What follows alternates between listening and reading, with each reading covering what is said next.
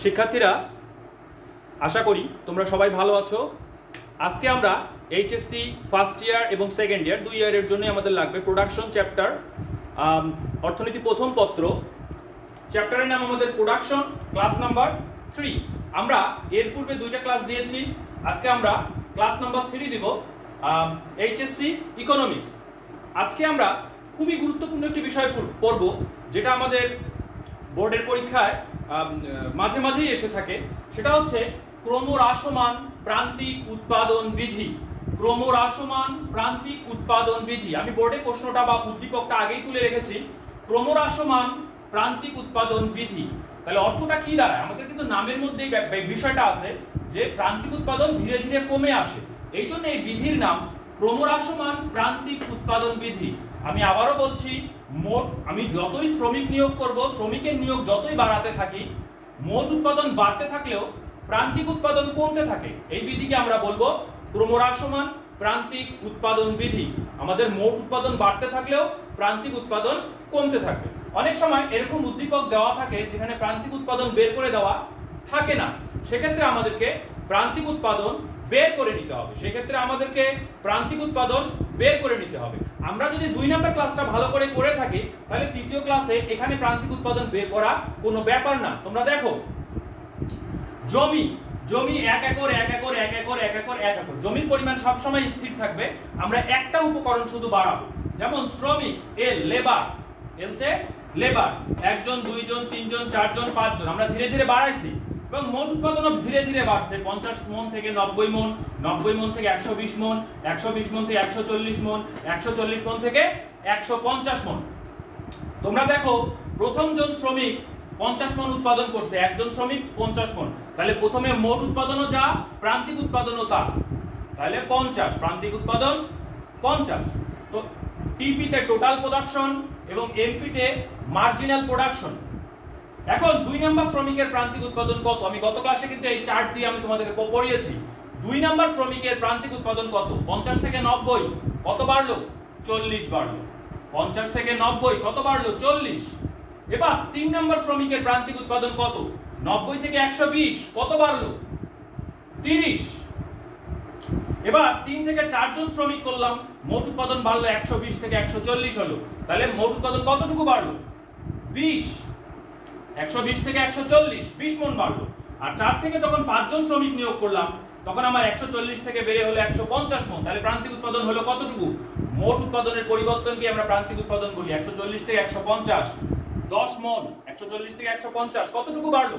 10 মন।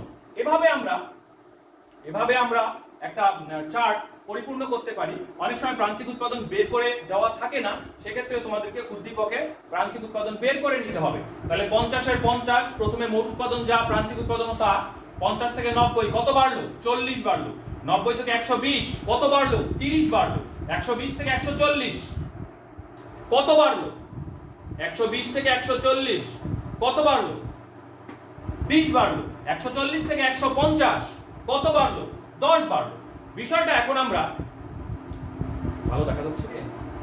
বিষয়টা এখন আমরা শিক্ষার্থীরা, ইলেকট্রিসিটি চলে গেল, আইপিএস এর লাইন, ওই জন্য কিন্তু আলো কমে গেল। ঠিক আছে, আইপিএস এর লাইন চলছে, এই জন্যও আলো কমে গেল।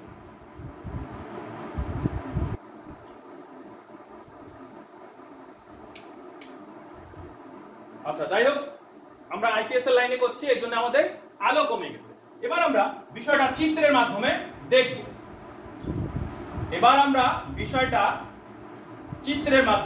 দেখব। চিত্রে আসলে আমরা শ্রমিকের সাথে প্রান্তিক উৎপাদনের সম্পর্ক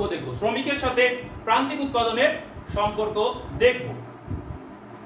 আমরা নিচে দেখাবো শ্রমিক, আমরা ভূমি অক্ষে দেখাবো শ্রমিক এবং লম্ব অক্ষে দেখাবো প্রান্তিক উৎপাদন। প্রান্তিক উৎপাদন আমাদের শ্রমিক ছিল আমাদের কয়জন? 1 2 3 4 5, তাহলে নিচে দিব আমরা শ্রমিক আছে 1 2 3 4 5, শ্রমিক আছে 1 2 3 4 5। আমরা ভূমি অক্ষে শ্রমিক দেখাচ্ছি, আর লম্ব অক্ষে প্রান্তিক উৎপাদন।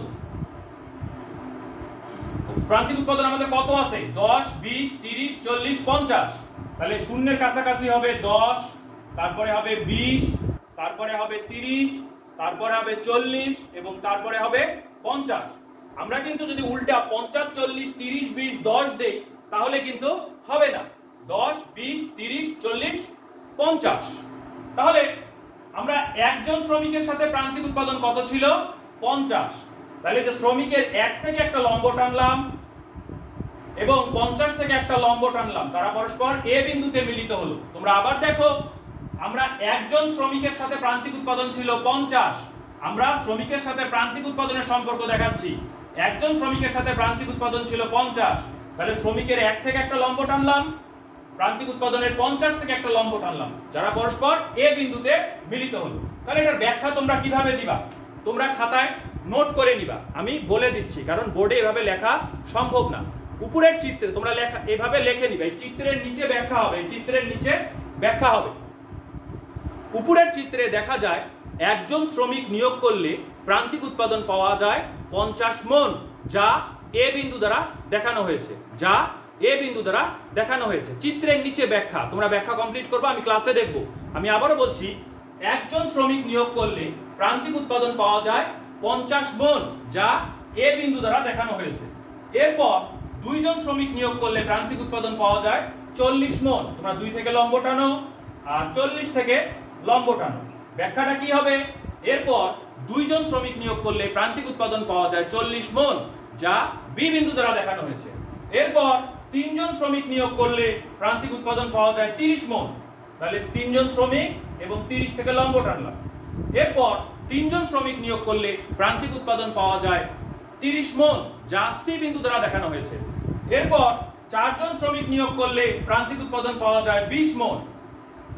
তাহলে 4 এর সাথে 20 এর লম্ব টানলাম, তাহলে ব্যাখ্যাটা কেমন হবে?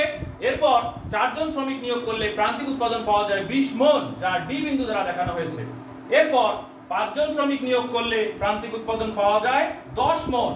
এরপর প্রান্তিক উৎপাদন পাওয়া যায়, পাঁচজন শ্রমিক নিয়োগ করলে প্রান্তিক উৎপাদন পাওয়া যায় 10 মণ, যা ই বিন্দু দ্বারা দেখানো হয়েছে। ক্লিয়ার ব্যাখ্যাটা?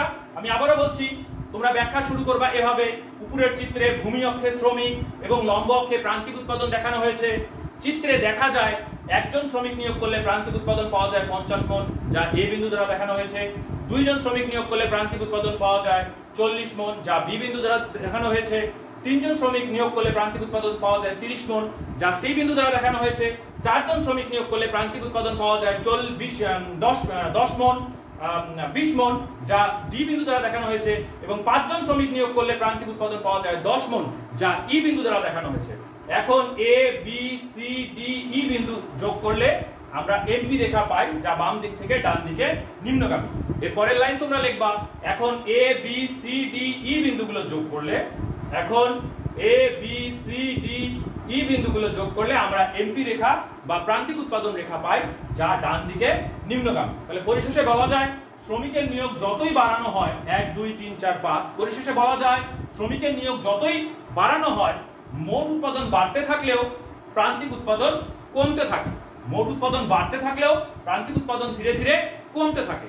এজন্য এই বিধিকে ক্রমহ্রাসমান প্রান্তিক উৎপাদন বিধি বলা হয়। তোমরা চিত্রের নিচে ব্যাখ্যাটা দিবা, আর বই থেকে প্রান্তিক উৎপাদন বিধির সংজ্ঞা, অনুমিত শর্ত, কি কি শর্ত ধরে নিতে হয়, সেই সাথে প্রান্তিক উৎপাদন বিধির ব্যতিক্রম কিন্তু তোমাদেরকে পড়তে হবে। প্রান্তিক উৎপাদন বিধির ব্যতিক্রম পড়তে হবে, তোমরা ব্যতিক্রমগুলো পড়ে নিবা। প্রান্তিক উৎপাদন বিধির ব্যতিক্রম very very important, very very important. প্রান্তিক উৎপাদন বিধির ব্যতিক্রম, দ্যাট মিন্স কোন কোন ক্ষেত্রে প্রান্তিক উৎপাদন বিধি কাজ করে না, কোন কোন ক্ষেত্রে প্রান্তিক উৎপাদন বিধি কাজ করে না। তোমরা এটা ভালো করে পড়ো, ক্লাসে আমাকে নোট করে দেখাও। আগামী ক্লাস পর্যন্ত ভালো থেকো, নতুন ক্লাসে নতুন টপিকস নিয়ে হাজির হব।